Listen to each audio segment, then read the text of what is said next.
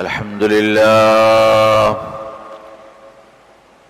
لله نحمده ونستعينه ونؤمن به ونتوكل عليه ونعوذ بالله من شرور أنفسنا ومن سيئات أعمالنا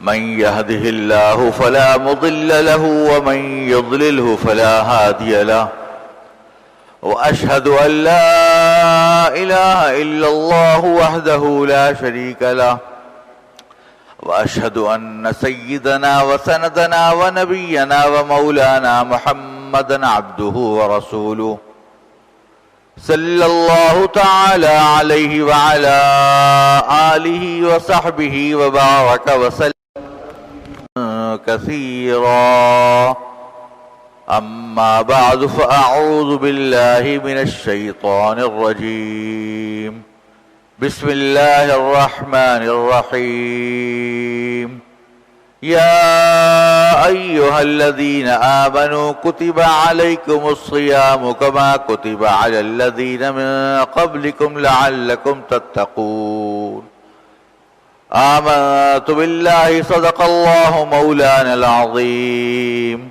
وصدق رسوله النبي الكريم ونحن على ذلك من الشاهدين والشاكرين والحمد لله رب العالمين.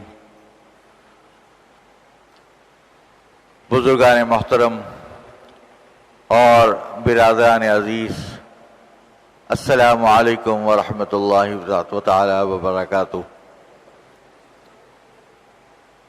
آج میرے استاد محترم حضرت مفتی عبدالروف صاحب مدد لہم علالت کی وجہ سے تشریف نہ لا سکے. آپ کی طرف سے پیغام آیا کہ میں ان کی جگہ جمع پڑھاؤں اور تقریر کروں. دعا فرمائے کہ اللہ تبارک تعالی مجھے حق بات حق نیت سے اور حق طریقے سے کہنے کی توفیق عطا فرمائے. ہم سب جانتے ہیں کہ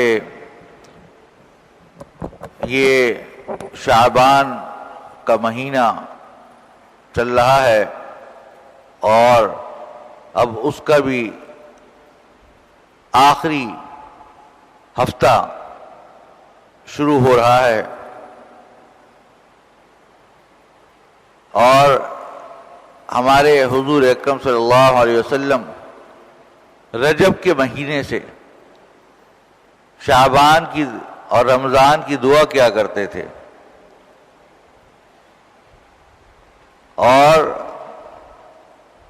فرمایا کرتے تھے کہ اللہم بارک لنا فی رجب و شعبان و بلغنا رمضان، کہ اللہ ہمارے لیے رجب اور شعبان میں برکت عطا فرمائیے اور ہمیں رمضان تک پہنچا دیجیے.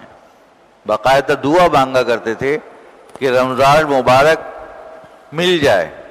ان کی عمر کے حساب سے اللہ تعالیٰ اتنی اور عمر طویل کر دے کہ ایک رمضان اور مل جائے.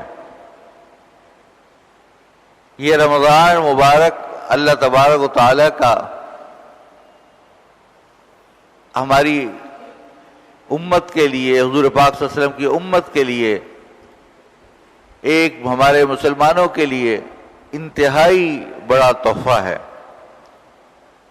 اس کی ہمیں پہلے سے قدر کرنی چاہیے اور پہلے سے اس کی اہتمام کر کے اس کی اپنی منصوبہ بندی کرنی چاہیے کہ کس طریقے سے ہم اس رمضان مبارک کو اپنے لیے باعث مغفرت اور رحمت بنائیں گے.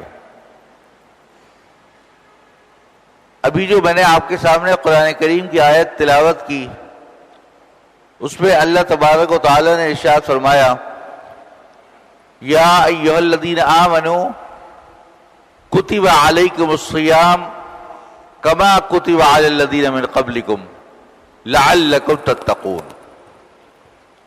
اے ایمان والو، تمہارے اوپر روزے فرض کیے گئے ہیں جس طرح کے تم سے پہلی امتوں پر فرض کیے گئے تھے۔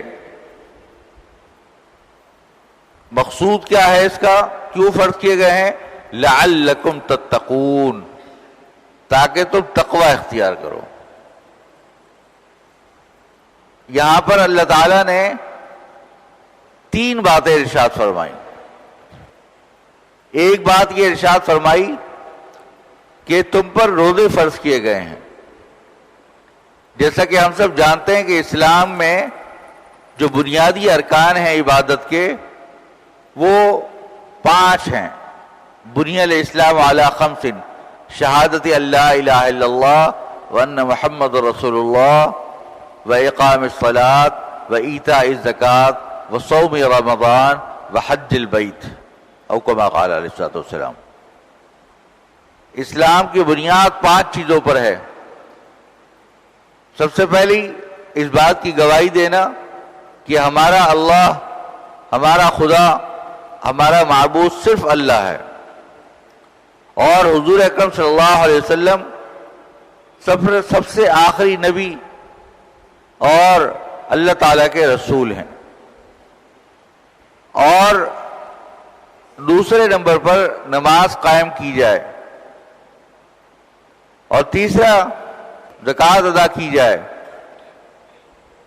اور چوتھے نمبر پر رمضان المبارک کے روزے رکھے جائیں، اور 5ویں چیز کہ حسب استطاعت زندگی میں کم از کم ایک بار بیت اللہ شریف کا حج ادا کیا جائے۔ تو یہ چیزیں ہیں جو بنیادی ارکان ہیں۔ جیسا کہ حضرت شیخ الحدیث حضرت محمد زکریا صاحب رحمہ اللہ نے فضائل اعمال میں لکھا ہے کہ یہ جو تعبیر کیا گیا بنی الاسلام، اسلام کی بنیاد، گویا کہ ایک مکان ہے، اس مکان کے کھڑا کرنے کے 5 بنیادی ستون ہیں۔ سب سے اہم ستون تو ایمان ہے، شہادت اللہ الہ الا اللہ وان محمد رسول اللہ۔ دوسرے باقی جو 4 ستون ہیں وہ نماز، روزہ، حج، زکوٰۃ، یہ 4 بنیادی ستون ہیں کسی اسلام کی، ہماری اسلام کی عمارت کے۔ اگر ہم نے ان 5 چیزوں پر صحیح طریقے سے عمل کیا تو ہماری اسلام کی بنیاد، اسلام کی عمارت مضبوطی سے قائم ہو جائے گی۔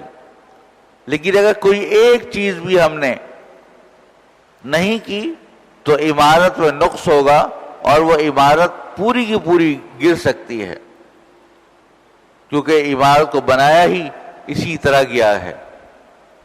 لہذا یہ رمضان مبارک کے روزے فرض کیے گئے ہیں ہمارے اوپر، اور یہ روزے صرف ہمارے اوپر فرض نہیں تھے بلکہ سابقہ امتوں پر بھی فرض تھے۔ جیسے کہ قرآن کریم میں اللہ تعالیٰ نے یہاں پر ذکر فرمایا کہ جیسے کہ سب سابقہ پہلے امتوں کے اوپر بھی رمضان کے روزے فرض تھے۔ اور تیسری بات جو فرمائی وہ فرمائی کہ یہ کیوں فرض کیے گئے؟ اس کا مقصد یہ ہے تاکہ تم تقوی اختیار کرو، تقوی اختیار کرو۔ تقوی جو ہے وہ در حقیقت اسلام کی اور ایمان کی روح ہے۔ اگر انسان کے اندر تقوی نہیں ہوگا تو اس صورت کے اندر وہ کسی بھی قسم کے خاص صغیرہ ہوں یا کبیرہ، ظاہری ہوں یا علانیہ، یا سرن ہوں یا جہرن، ہر قسم کے گناہ میں مبتلا ہو سکتا ہے۔ کیونکہ واحد تقوی ایک ایسی چیز ہے، اللہ تعالیٰ کا خوف دل میں بیٹھا ہوا ہو، وہ ایک ایسی چیز ہے جو انسان کو بہت سارے کاموں سے روک دیتا ہے۔ اب اس کے لیے مشق کرائی جا رہی ہے، اس کے لیے ایک مجاہدہ کرایا جا رہا ہے، اس کے لیے نفس کو عادی بنایا جا رہا ہے کہ کس طریقے سے نفس کو کنٹرول کیا جائے۔ وہ اس طریقے سے کہ اس مہینے کے اندر اللہ تبارک و تعالی نے ان چیزوں کو بھی منع فرما دیا جو عام حالات کے اندر انسان کے لیے جائز تھی. مثال کے طور پہ کھانا کھانا، پانی پینا، یہ عام حالات کے اندر جائز تھا اور جائز ہے اور ضرورت ہے انسان کی. اسی طریقے سے اپنے گھر والوں کے ساتھ، اپنی اہلیہ کے ساتھ مباشرت یہ عام حالات میں جائز ہے، لیکن روزے کی حالت میں ان چیزوں سے منع کر دیا گیا کہ کوئی چیز بھی تم کھا پی نہیں سکتے، کوئی چیز بھی تم کھا پی نہیں سکتے، حالانکہ ویسے جائز تھا. تو اس سے ایک بات یہ ثابت ہوئی کہ جب جائز چیزوں سے اللہ تبارک و تعالیٰ نے روک دیا اور منع فرما دیا تو وہ کام جو پہلے سے ناجائز تھے، جو پہلے سے ہی حرام تھے اور ان کو پہلے ہی منع کیا گیا تھا، ایسے کام رمضان مبارک کے اندر بدرجہ اولا نہیں کرنے چاہیے. اسی لیے حدیث میں حضور اکرم صلی اللہ علیہ وسلم نے ارشاد فرمایا الصوم جنۃ ما لم یخرقھا، کہ جو روزہ ہے یہ ایک ایسی ڈھال ہے، ایک ڈھال ہے جب تک کہ اس ڈھال کو توڑ نہ دے. کیا مطلب؟ یہ ڈھال ایسی ہے کہ اس کے ذریعے سے انسان بہت سارے گناہوں سے اپنے آپ کو روک سکتا ہے. جس طرح ڈھال جو ہے وہ مختلف قسم کے حملے ہوتے ہیں تو ڈھال کے ذریعے انسان بچتا ہے، اسی طریقے سے یہ ایک ڈھال ہے، اس ڈھال کے ذریعے سے انسان اپنے آپ کو بہت ساری گناہوں سے محفوظ رکھ سکتا ہے، بشرطے کہ اس ڈھال کو توڑ نہ ڈالے. اب ڈھال کو کیسے توڑے گا؟ ڈھال کو ایسے توڑے گا کہ انسان وہ کام کرنا شروع کر دے جو روزے کے منافی ہیں. کھانا پینا شروع کر دے چھپ کے یا ظاہراً، اور یا کوئی ایسے کام کرنا شروع کر دے جو تقوی کے خلاف ہے، جو مقصود ہے روزے کا اس کے خلاف ہے، تو وہ ڈھال اس نے گویا کہ از خود توڑ ڈالی. اسی لیے حضور اکرم صلی اللہ علیہ وسلم نے ایک مرتبہ ارشاد فرمایا کہ بہت سے لوگ ایسے ہیں کہ جن کے لیے روزہ سوائے فاقے کے کچھ نہیں، روزہ سوائے فاقے کے کچھ نہیں. کیوں؟ اس لیے کہ روزہ تو رکھتے ہیں لیکن اپنی زندگی میں ذرہ برابر کوئی تبدیلی نہیں کرتے. جو گناہ پہلے کر رہے تھے وہ گناہ اب بھی کر رہے ہیں، حالانکہ حلال چیزوں کو چھوڑ دیا، کھانا پینا چھوڑ دیا، لیکن باقی جو گناہ ہے وہ بدستور کر رہے ہیں. حرام خوری ہے، بد اخلاقی ہے، جھوٹ ہے اور حرام کاموں کی طرف اقدام ہے، تو وہ سارے کام ناجائز گناہ کے کر رہا ہے. تو گویا کہ اب اس کے روزے کا جو فائدہ ہے کہ اس کو تقوی حاصل ہو، جو مقصود ہے وہ مقصود ہی فوت ہو گیا، وہ مقصود ہی فوت ہو گیا. لہذا یہ جو روزہ ہے، اس روزے کے اندر ہمیں پہلے سے اس بات کا اہتمام کرنا چاہیے کہ ہم اپنے آپ کو نہ صرف یہ کہ روزے کو اللہ تعالیٰ کے لیے رکھیں گے اور اپنے آپ کو کھانے پینے سے اور تمام چیزوں سے جو ممنوع چیزیں ہیں روزے کی حالت میں ان سے بچائیں گے، بلکہ اس کے ساتھ اور وہ کام جو ہم عام حالات میں کرتے ہیں اس پہ اس پورے مہینے کے اندر ان کاموں سے جو ناجائز یا غلط کام ہیں ان سے پوری کوشش کر کے، مجاہدہ کر کے، اہتمام کر کے ان سے اجتناب کریں گے، ان سے بچیں گے، تاکہ جو مقصود ہے روزے کا، جو اللہ تعالی نے فرمایا وہ مقصود حاصل ہو، تاکہ یہ روزہ ہمارے لیے خالی فاقہ نہ بن جائے، یہ ہم روزے کے جو اللہ میں نے ڈھال بنائی ہے گناہوں سے بچنے کی، وہ اس کو پھاڑ نہ ڈالیں، اس کو توڑ نہ ڈالیں. تب جب ہم یہ کریں گے تو در حقیقت یہ ایک ایسا روزہ ہوگا کہ جو روزہ اللہ تعالیٰ کو پسند ہے اور یہ خالص عبادت ہوگی. آپ دیکھیے کہ جو روزہ ہے نا، آدمی جب روزہ رکھے گا اور یہ سب چیزیں کرے گا، اپنے آپ کو کھانے پینے سے بچائے گا.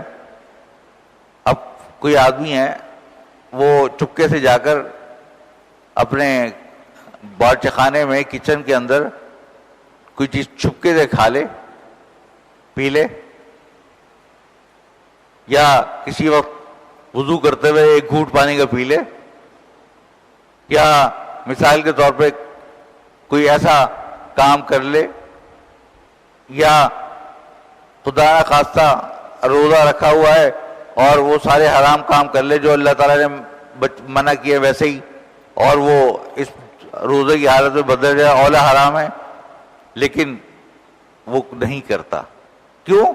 اپنے روزے کو بچانے کے لیے، تاکہ روزے کا مقصد فوت نہ ہو جائے، تاکہ روزے کی جو اہم چیزیں ہیں وہ فوت نہ ہو جائیں. یہ کیوں کر رہا ہے؟ وہ اللہ کے لیے. یہ کیوں کر رہا ہے؟ وہ اللہ کے لیے کر رہا ہے، ورنہ چپ کے کھا لے گا. تو اسی لیے اللہ تعالیٰ فرماتے ہیں کہ الصوم لی وانا اجزی بہ، کہ روزہ ایک ایسی عبادت ہے تمہاری، یہ خالص میرے لیے ہے، اس پہ انتہائی اخلاص پایا جاتا ہے اور میں ہی اس کا بدلہ دوں گا. اللہ تعالیٰ فرما رہے ہیں کہ اس کا بدلہ میں دوں گا. سبحان اللہ، کیا عجیب شان ہے دینے والی ذات، کیا عظیم ذات جو ہمیں ہر وقت بغیر مانگے رزق دے رہی ہے، رحمتیں برسا رہی ہے، جو جس کی رحمت اور کا کوئی ٹھکانہ نہیں ہے. ہر سانس پہ ہمیں اللہ تعالیٰ کی طرف سے ایک رحمت، ہر وقت بے پایا رحمتیں ہم پر نازل ہو رہی ہیں. ہماری رزق ہے، ہماری صحت و عافیت ہے، ہماری آل اولاد ہے، ہمارے رشتہ دار ہیں، ہمارا زندگی کے اندر گزر بسر ہے. یہ ساری چیزیں کیا ہیں؟ اور خالی مسلمانوں کے لیے نہیں، پورے عالم کو اللہ تعالیٰ نے عطا فرما رہے ہیں یہ رحمت. جب اتنا بڑا رحیم رحمان وہ کہہ رہا ہے میں تم کو جزا دوں گا، کیا تحفہ ملے گا؟ کیا تحفہ ملے گا اللہ تعالیٰ کی طرف سے؟ ایک عظیم تحفہ. سب سے بڑا تحفہ تو یہ ہے کہ اللہ تبارک تعالیٰ اس کی مغفرت فرما دیں گے اور اس کو جنت عطا فرما دیں گے، کیونکہ اس بندے نے میرے لیے صبر کیا. اسی لیے حضور اکرم صلی اللہ علیہ وسلم نے ارشاد فرمایا کہ جو رمضان کا مہینہ ہے یہ صبر کا مہینہ ہے. اپنے آپ پر کنٹرول کیا جائے، اور کنٹرول کرنا یہ خالی کھانے پینے سے نہیں اور ظاہری گناہ سے نہیں، بلکہ باطنی گناہ سے بھی کنٹرول کرنا ہے. دیکھیں انسان کے نا جو بہت سارے گناہ باطنی ہوتے ہیں، انسان کے دل کے گناہ ہوتے ہیں جو صرف اللہ اور جانتا ہے کہ اس کے دل میں کیا ہے. وہ گناہ کیا ہیں؟ حسد. حسد، کسی سے آدمی اپنے لیے اس کے اچھی چیزوں پر جل رہا ہے. حدیث میں آتا ہے کہ یہ جو حسد ہے یہ نیکیوں کو اس طرح کھا جاتا ہے جیسے کہ لکڑی جو ہے وہ آگ لکڑی کو کھا جاتی ہے. ان الحسد یاکل الحسنات کما تاکل الحطب النار. الحطب النار کما تاکل النار الحطب، اس طرح کھائی جاتی ہے. تو اب آپ دیکھیے انسان بغض رکھتا ہے، کسی دوسرے انسان کے ساتھ کینہ ہے دل میں، دل پاک صاف نہیں ہے، دل میں صفائی نہیں ہے، نفرت ہے، شقاق ہے، لوگوں کے ساتھ جھگڑا ہے، یہ ساری چیزیں دل کے گناہ ہیں۔ انسان کے اخلاق جس طرح ظاہری ہوتے ہیں نا، اس طرح باطنی بھی ہوتے ہیں۔ ایک تو یہ کہ آدمی ظاہری طور پر کسی اچھے طریقے سے مل رہا ہے، لیکن اندر اس کے بوجھ بھرا ہوا ہے، کینہ ہے، حسد ہے، لوگوں کے لیے دل کے اندر چاہے کوئی رشتہ دار ہو یا کوئی دوست احباب ہو، اس کے لیے ایک دل کے اندر کسی طریقے سے اس کی نفرتیں بیٹھی ہوئی ہیں، بدگمانیاں ہیں۔ بدگمانی سے بھی اللہ تبارک تعالیٰ نے منع فرمایا ہے، کسی سے بدگمانی بھی نہیں رکھنی چاہیے، چاہے وہ جو بھی ہو، انسان بدگمانی نہ رکھے کسی سے۔ کسی کے اندر کوئی بری چیز ہوتے ہوئے دیکھے اس کو صاف کہہ دے، محبت سے، شفقت سے، لیکن بدگمانی نہیں رکھنی چاہیے۔ تو یہ ساری چیزیں ظاہری اخلاق ہوں یا باطنی اخلاق، اس سے انسان اپنے آپ کو روکے رمضان المبارک کے اندر، تو یہ صبر ہے۔ تو وہ ایام الصبر، یہ ایام ہے روزے صبر کے۔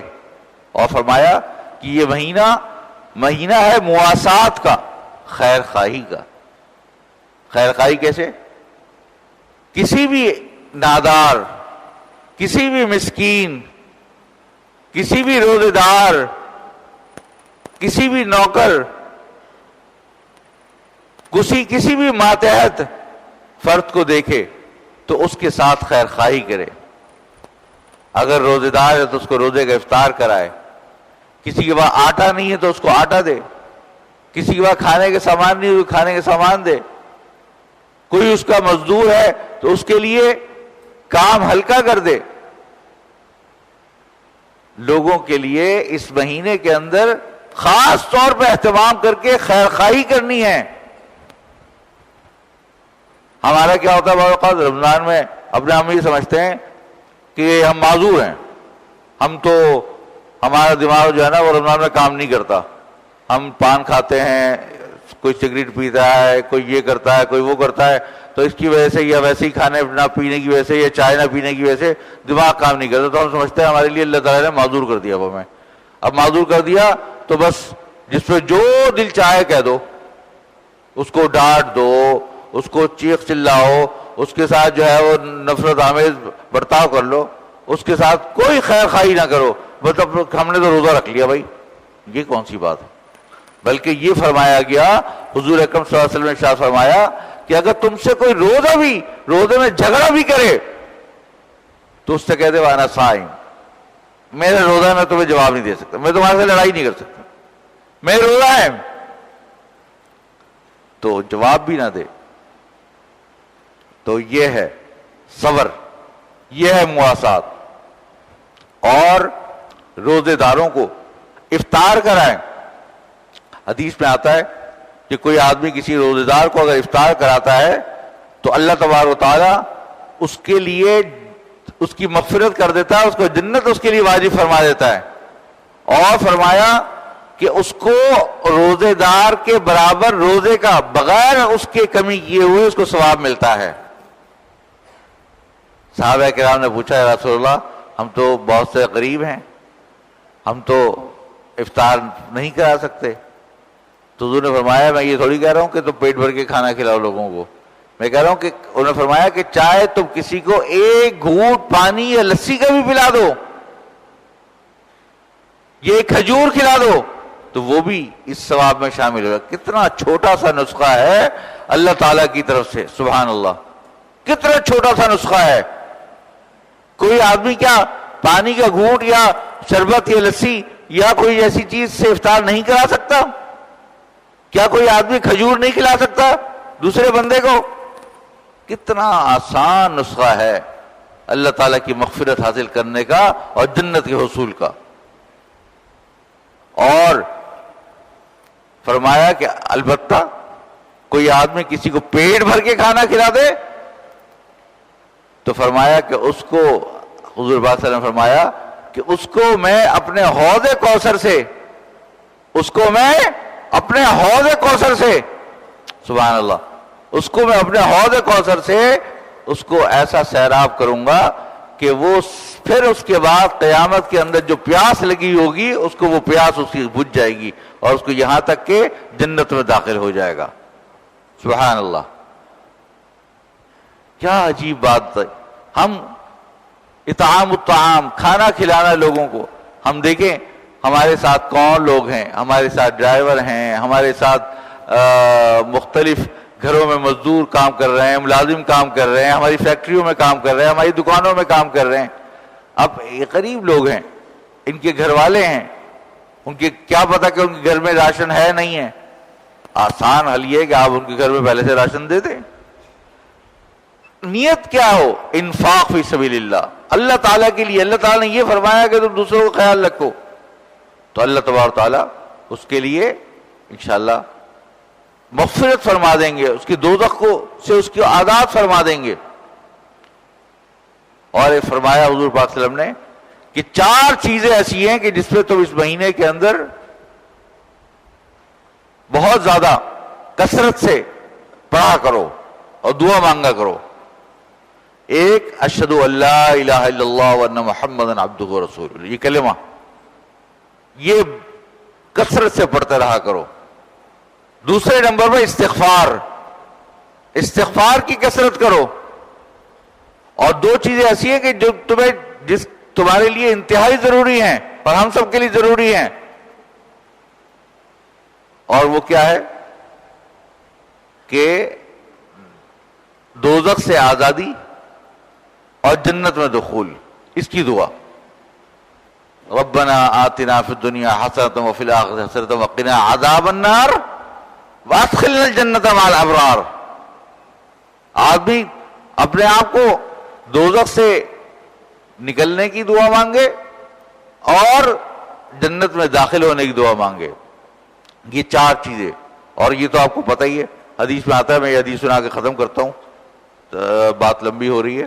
وہ یہ کہ ایک مرتبہ حضور اکرم صلی اللہ علیہ وسلم خطبہ دینے کے لیے ممبر پر قدم کو رکھ رہے تھے. پہلی سیڑھی پہ قدم رکھا تو آمین کہا، پھر دوسری پہ رکھا تو پھر آمین کہا، تیسری پہ قدم رکھا تو پھر آمین کہا. تو پھر فرمایا، صحابہ نے پوچھا کہ یا رسول اللہ یہ آپ نے آمین کس وجہ سے فرمایا؟ تو انہوں نے کہا حضرت جبرائیل امین علیہ الصلوۃ والسلام جو فرشتوں کے سردار ہیں وہ آئے تھے اور انہوں نے ایک دعا کی تھی ہر سیڑھی پہ قدم رکھتے ہوئے، اور میں نے اس کے اوپر آمین کہا تھا. آمین کس نے کہا؟ جو سید الانبیاء ہیں، خاتم النبیین ہیں، ہمارے رسول اللہ صلی اللہ علیہ وسلم، انہوں نے آمین کہہ دیا. اب اس کے آپ سوچئے، اس کے دعا کی قبولیت کے اندر کوئی شبہ ہو سکتا ہے کہ ملائکہ کا سردار وہ دعا کر رہا ہے اور جو تمام انبیاء کے افضل الانبیاء اور سید الانبیاء ہیں وہ اس پہ آمین فرما رہے ہیں. اس کی دعا کی قبولیت کے اندر کوئی شک بھی نہیں کیا جا سکتا. تو کیا دعا مانگی؟ پہلی دعا یہ مانگی کہ وہ شخص تباہ و برباد ہو جائے. الیاذ باللہ، الیاذ باللہ. اللہ تعالیٰ ہم سب کو محفوظ رکھے، اللہ تعالیٰ ہم سب کو محفوظ رکھے. وہ شخص سب تباہ و برباد ہو جائے جو رمضان کا مہینہ پائے اور اپنی مغفرت نہ کروائے. الیاذ باللہ، الیاذ باللہ. یہ دیکھیں کتنی عجیب بات ہے. اللہ تعالیٰ ہر لمحے پر ایک کھجور سے افطار کرانے پر تمہیں مغفرت دے رہے ہیں. پورا 10 دن شروع کے مغفرت کے، رحمت کے، پھر مغفرت کے، پھر دوزخ سے آزادی کے مقرر فرما دیے. ہر لمحے کے اوپر تمہارے لیے مغفرت ہے. پھر تم مغفرت نہیں طلب کر رہے، اپنے آپ کو بچا نہیں رہے ہو، اپنے آپ کو لغویات میں، فضول کاموں میں لگا رکھا ہے، عبادت کی طرف، تلاوت قرآن کی طرف نہیں لگاتے. تو یہ تو ہماری طرف سے انتہائی کوتاہی اور غفلت ہے. تو وہ شخص واقعی اللہ تعالی ہمیں بچائے، ہمیں اہتمام کی توفیق عطا فرمائے. توفیق تو اللہ کی طرف سے آتی ہے. دعا کرنی چاہیے اللہ تعالیٰ سے کہ اللہ ہمیں توفیق دے دیجیے. تو یہ مغفرت نہ کروائے. اور دوسرے نمبر پر یہ فرمایا کہ وہ شخص جس کے سامنے حضور اکرم صلی اللہ علیہ وسلم کا اس میں مبارک آئے اور آپ پر درود مبارک نہ پڑے. جب بھی حضور کا نام آئے درود پڑھ دینا چاہیے صلی اللہ علیہ وسلم. تو وہ بھی فرمایا کہ تباہ و برباد ہو جائے. اور تیسرے نمبر فرمایا کہ جو اپنے بوڑھے ماں باپ کو پائے اور ان کی وجہ سے اپنے آپ کو جنت میں داخل نہ کروائے. ماں باپ کی خدمت کتنی عظیم دولت ہے، کتنی عظیم دولت ہے. ماں باپ کو ایک مرتبہ صرف مسکراہٹ سے دیکھنا، محبت سے دیکھنا، ایک حج اور ایک عمرے کا ثواب ہے. اللہ اکبر. کہتے ہیں ایک بزرگ کے بارے میں سنا، حضرت سفیان ثوری کا ہے یا پتہ نہیں کون سے بزرگ تھے، مشہور تھے، بہت مشہور بزرگ تھے. ان کی والدہ کا انتقال ہو گیا، بہت روئے بہت روئے بہت روئے. انہوں نے کہا حضرت آپ تو خود ویسے ہی اتنے نیک ہیں، آپ کو کیا ہو؟ انہوں نے کہا میرے لیے جنت کا ایک دروازہ بند ہو گیا. والدین جب حیات ہوتے ہیں نا، یہ جنت کے دروازے ہوتے ہیں. ان کے لیے انسان جتنا کرے جتنا کرے جتنا کرے جتنا کرے، ثواب ہی ثواب، ثواب ہی ثواب، ثواب ہی ثواب. ان کو بس محبت سے دیکھ بھی لے نا، وہ بھی ایک ثواب ہے، وہ بھی ایک حج و عمرے کا ثواب ہے. تو یہ چیزیں تھی جو ہمارے حضور صلی اللہ علیہ وسلم نے ہمیں بتائی. اس زمانے میں ہمیں اہتمام کرنا چاہیے ان تمام چیزوں کا، اور اس زمانے کے اندر اپنے آپ کو قرآن کریم کی خاص طور پر تلاوت، اس کا بہت اہتمام. قرآن کریم کو اللہ تعالیٰ نے اسی مہینے میں نازل کیا، بلکہ بعض روایات میں آتا ہے، حضرت شیخ الحدیث حضرت مولانا زکریا صاحب رحمہ اللہ نے لکھا ہے کہ جو باقی جو صحیفے ہیں، حضرت ابراہیم علیہ السلام کو جو صحیفے دیے گئے، اور حضرت داؤد علیہ السلام کو جو زبور دی گئی، اور حضرت موسیٰ علیہ السلام کو جو تورات دی گئی، اور حضرت عیسیٰ علیہ السلام کو جو انجیل دی گئی، وہ سب رمضان کے مہینے میں دی گئی. تو اللہ تعالیٰ کی جو کتابیں ہیں ان کی اور صحیفے ہیں اور وحی ہے، اس کے نزول کا یہ خاص مہینہ ہے. لہذا اس کی بہت مناسبت ہے قرآن کے ساتھ، بہت مناسبت ہے قرآن کے ساتھ. قرآن کریم کی زیادہ سے زیادہ تلاوت کی جائے، زیادہ سے زیادہ تلاوت کی جائے. بس یہ چیزیں ہم لوگ کریں تو اللہ تبارک تعالیٰ سے دعا بھی کرتے رہیں کہ اللہ تعالیٰ ہمیں توفیق عطا فرمائے. یہ توفیق کی بات ہے، انسان خود سے کچھ نہیں کر سکتا، وہ بھی اللہ ہی سے مانگ رہا ہے، یا اللہ ہمیں عطا فرما دیجئے. ہم نہیں کر سکتے، ہم کمزور ہیں، یا اللہ ہمیں کوشش عطا فرما دیجئے کہ ہم یہ کام کر سکیں. تو جب انسان اللہ تعالیٰ سے دعا مانگے گا تو یقیناً انشاءاللہ اور کوشش بھی کرے گا تو اللہ تعالیٰ انشاءاللہ اس کو کامیابی عطا فرمائیں گے. تو اسی کے ساتھ میں اپنی بات کو ختم کرتا ہوں. دعا فرمائے کہ اللہ تبارک تعالیٰ ہم سب کو اس پہ عمل کرنے کی توفیق عطا فرمائے. وآخر دعوانا ان الحمد للہ رب العالمین. جزاکم اللہ تعالیٰ.